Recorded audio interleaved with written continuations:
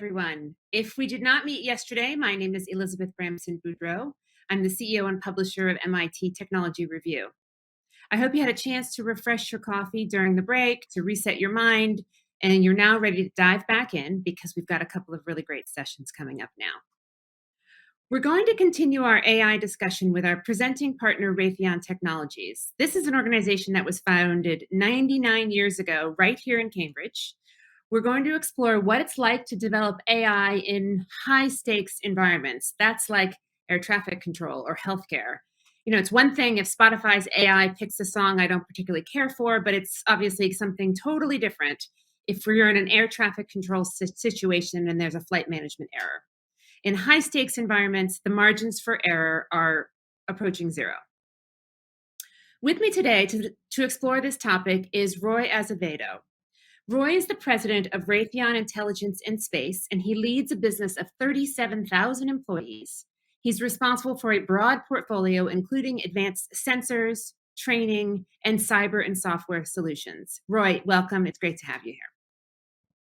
Hi, so, Roy, I have a Elizabeth. lot of questions, but I'd also like to take a second to encourage the audience to offer up their own in the chat as they've been doing all day. We've had some great audience questions over the last day or so. Please keep them coming. They're usually far more interesting than any questions I could come up with. So please don't be shy. So I'm going to dig in now, Roy. Let's start by setting it up here for our audience. The topic of the session is trustworthy AI in high stakes environments. Help us understand what we mean by high stakes. What does that really mean? What does that look like? I will try. So in a high stakes environment, the outcomes are critical and the consequences are high. That's the way we think of it. It doesn't have to be a life and death situation, but it can be. In our business at Raytheon Intelligence Space, almost all of our customers operate in these environments every single day. And the solutions that we deliver to them are built to meet those demands in those environments. We're talking about everything from national security, weather prediction, cyber protection. You mentioned air traffic control, supply chain logistics. So for our customers, the challenges are becoming more complex and they're coming at greater speeds at an unprecedented scale. So if you just consider the recent hurricanes that hit the US, these are chaotic, nonlinear weather systems. Millions of people are depending on forecasters to predict correctly the path and intensity of those storms. So this is a case where AI can help. It can take into account multiple models, real-time satellite imagery, and decades of historical weather data. Bottom line is there's very little room for error, as you stated earlier, and most of the time there's no chance for do-overs. So as we deploy AI ML as part of human-machine teams, being able to explain how AI ML arrives at a particular recommendation is what's going to build trust into the decision-making process. Okay, so what you've just described sounds clearly high stakes and doesn't feel nearly so terrifying as I think a lot of the Hollywood concepts around, AI gone wild, gone rogue in a high stakes environment. So do you have a lot of people speaking to you, Roy, who are envisioning kind of the doomsday scenario? And if so, how do you get them to kind of walk back from that and to understand the rather more high stakes but not catastrophic, humanity destroying types of scenarios? What do you do about that and those notions from Hollywood? Yeah. No, you're right, Elizabeth. There's many people distrust when machines are doing what we consider humans' work, and probably even more so when the risks are high and lives are at stake. So that distrust typically grows as the AI gets closer to autonomy. And our approach to autonomy is trust but verify.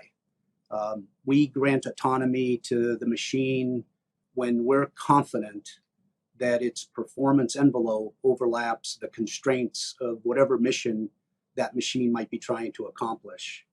But when the machine reaches the edge of its capacity, or when the situation is unique. Then we revert to human decision making. Mhm. So I'll give you an example. In the cyber domain, think about if we were to detect that a bad actor is deploying a zero-day attack we haven't seen before by definition.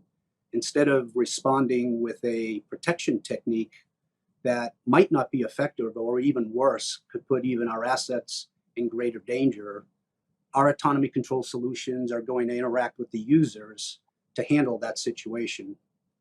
For the most part, our approach involves the creation of human machine teams. We're not talking about replacing people outright.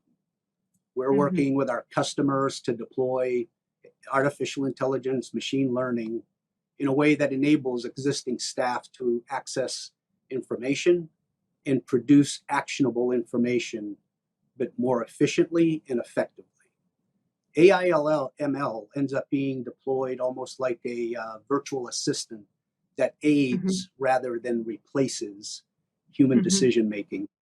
So yes, we're cautious about granting autonomy, and we use AIML to inform decision making with recommendations that need to be transparent and verifiable.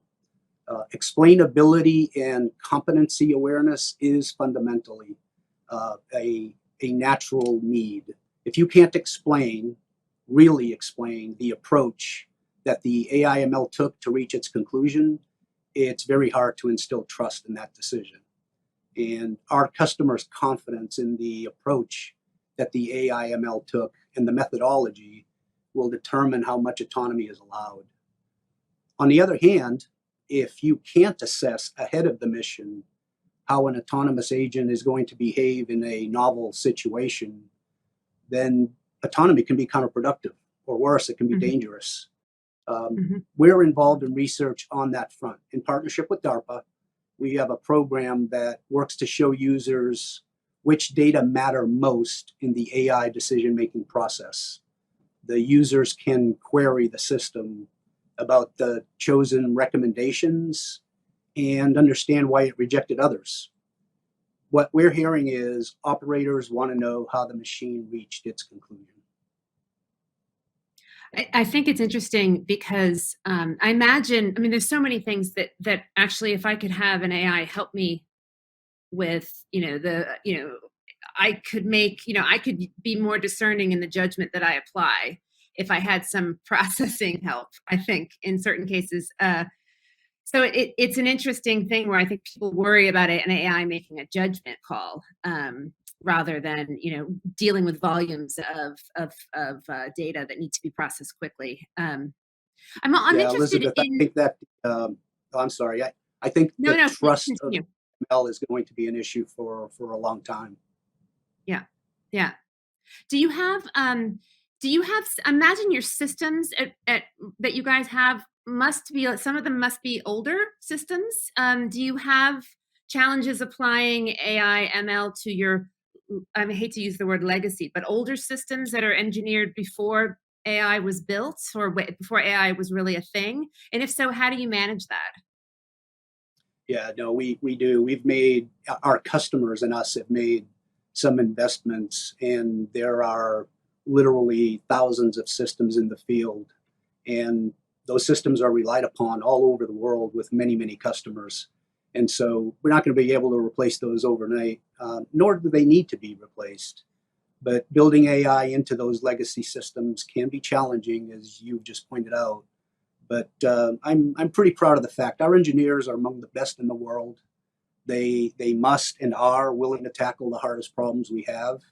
And so one of the things that we're doing is having the know-how to reverse engineer an incredibly broad range of these legacy systems with AIML and using AIML to ensure that they remain state of the art. One example I'll give you is with C3 AI, who's a leader in AIML, and we're creating a predictive anomaly detection capability on a satellite systems, which assist government agencies that monitor weather and climate. As a result of that, a team estimated that a significant increase in our ability to predict and address maintenance problems before they even appear. and also today's new systems are tomorrow's legacy systems. So in some ways, we're ahead of the game. So just a question, there's a questions coming in through from the audience, and I want to ask you one that's just come in from Shannon related to this. What are some examples of the safeguards that are put in place to ensure that AI is making the right decisions? I don't know that I can be specific about safeguards. The way that we are viewing our AI ML work in almost all cases is we do as much modeling and simulation as you would expect. And that informs with more and more data, because we all know with AI ML, the more data, the better. We use that data, we run through scenarios, and we develop some of the safeguards. If the safeguards are intended to address the ethics part of AI ML, the way that we're addressing that in almost every application that we are working on, the operator, before they are making a decision using AI ML, gets to see how the algorithm came to that conclusion. And so I talked about trust before. That's what I'm referring to. What I'm referring to is we're an environment, in particular our business, where we're looking at scenarios that sometimes their latency is not affordable. And so some of the things that we're working on is coming up with the AI decision is trusted. The reason it's trusted is because we've run so many scenarios, so many models, that the operator has the confidence in that decision to make that final decision. Okay, I've got another question here coming from Shannon. Shout out again to you, Shannon. When AI makes decisions at the edge, do you still have a trust but verify paradigm? I think more broadly, the question is, how does trust but verify work at the edge versus centralized at the cloud? No, it's that's the toughest thing that we're working on right now. Is so the answer is trust and verify. If it's truly at the edge, that means that between us and our customers, we've done enough analytical work, modeling and simulation, that demonstrates that the algorithms that are being applied at the edge have high trust. And in that case, the verification is all of the work that's been done leading up to the algorithm running at the edge. Because again, by my definition, at the edge means that the machine is making the decision. There isn't an operator that's involved. And right now, we do not have any program where that's active. That has not been fielded by our business anyway.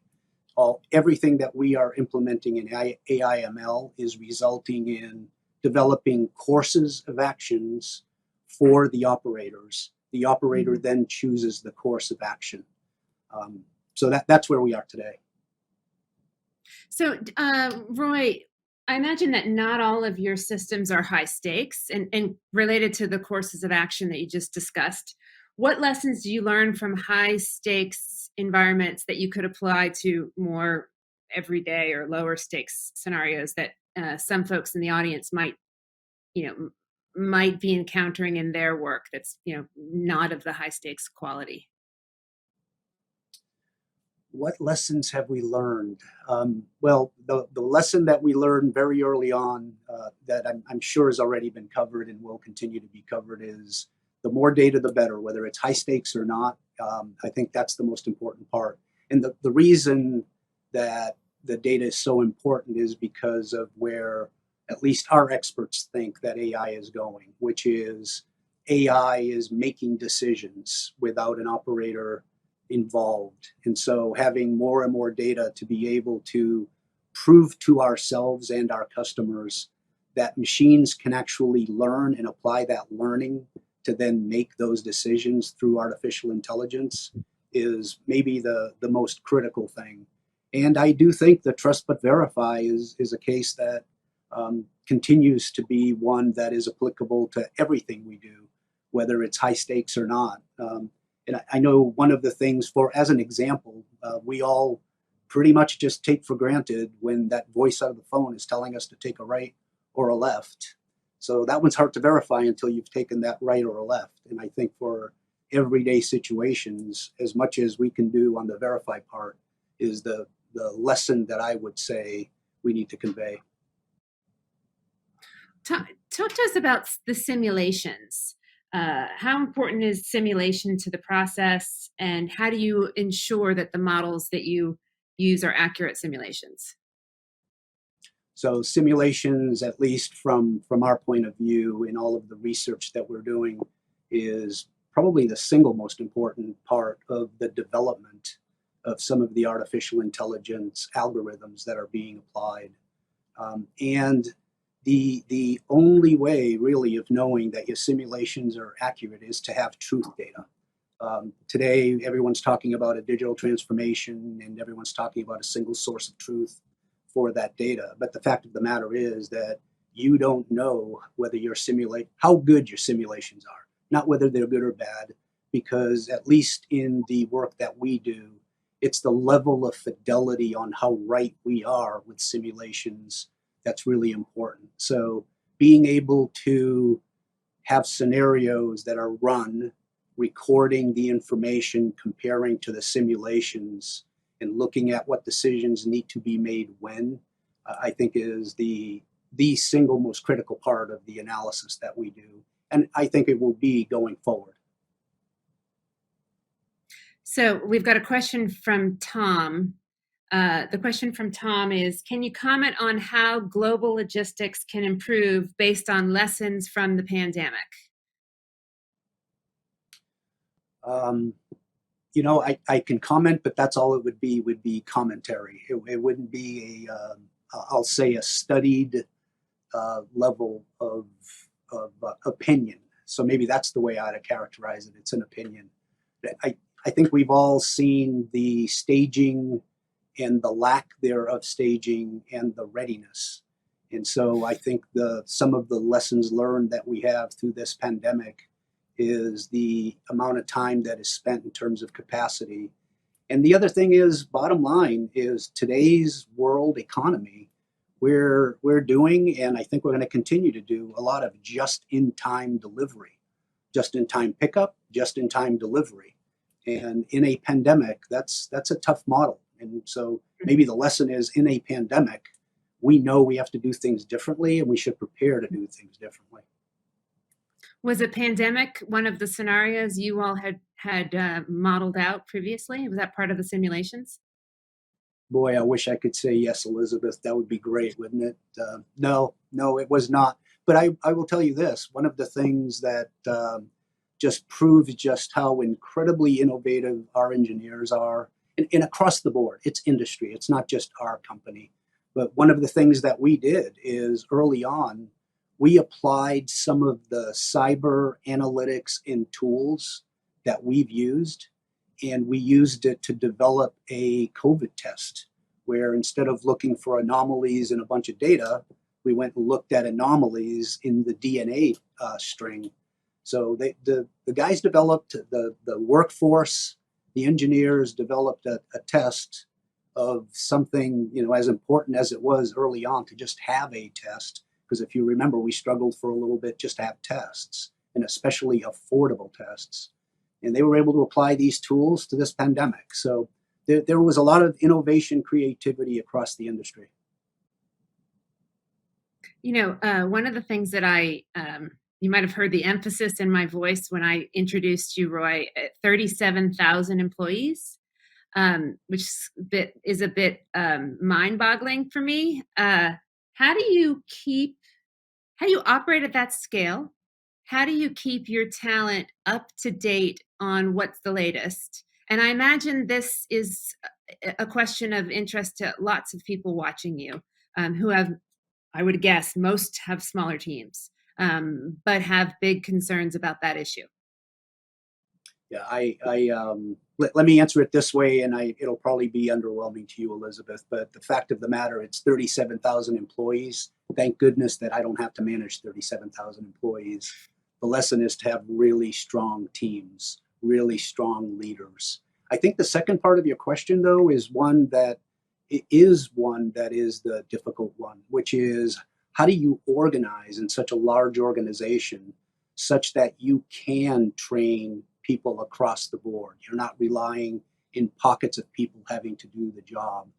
And the way that we have it, of course, is we have it organized to where we have a group that ensures that the education, the training is up to date and is being provided to the right people on the right cadence. And keeping it fresh, I have only one answer, and that is bringing in new people. And we've hired through the pandemic, we hired almost 3,000 people amongst that 37,000. And so it's kind of amazing when you bring people from the outside, right out of college, the fantastic ideas that come with all these people. And our job as leaders is to be smart enough to be listening and paying attention to what they're telling us so that we can then act on that. Oh boy, that's right. I agree with that. I said earlier that I was going to ask people to contribute questions because I thought your questions would be better than mine. And the final question I have, I think, is a better one than I had planned on closing out with Roy about. And that is, what three? It comes from Mac, and the question is, what three innovations are you most excited about at Raytheon Technologies? What three innovations? So I think some of the new engine work that is being worked on is going to be something that's going to be talked about for a long, long time. I believe that a lot of the radio frequency technology innovation that we have, which is that we're making antennas, apertures be multifunction, meaning that today customers buy a radar, a radio, electronic warfare system, where we've got innovations ongoing to where one antenna can do all of that. That's a really big one. And I think some of the cyber security work that we're doing has a significant impact on our nation's national security. Fantastic. Roy, thank you. This is great. I hope the audience member enjoyed it as much as I did. Everybody's thinking about how to build AI systems, maybe not always high stakes, but certainly lower risk environments. So I really appreciate your taking the time.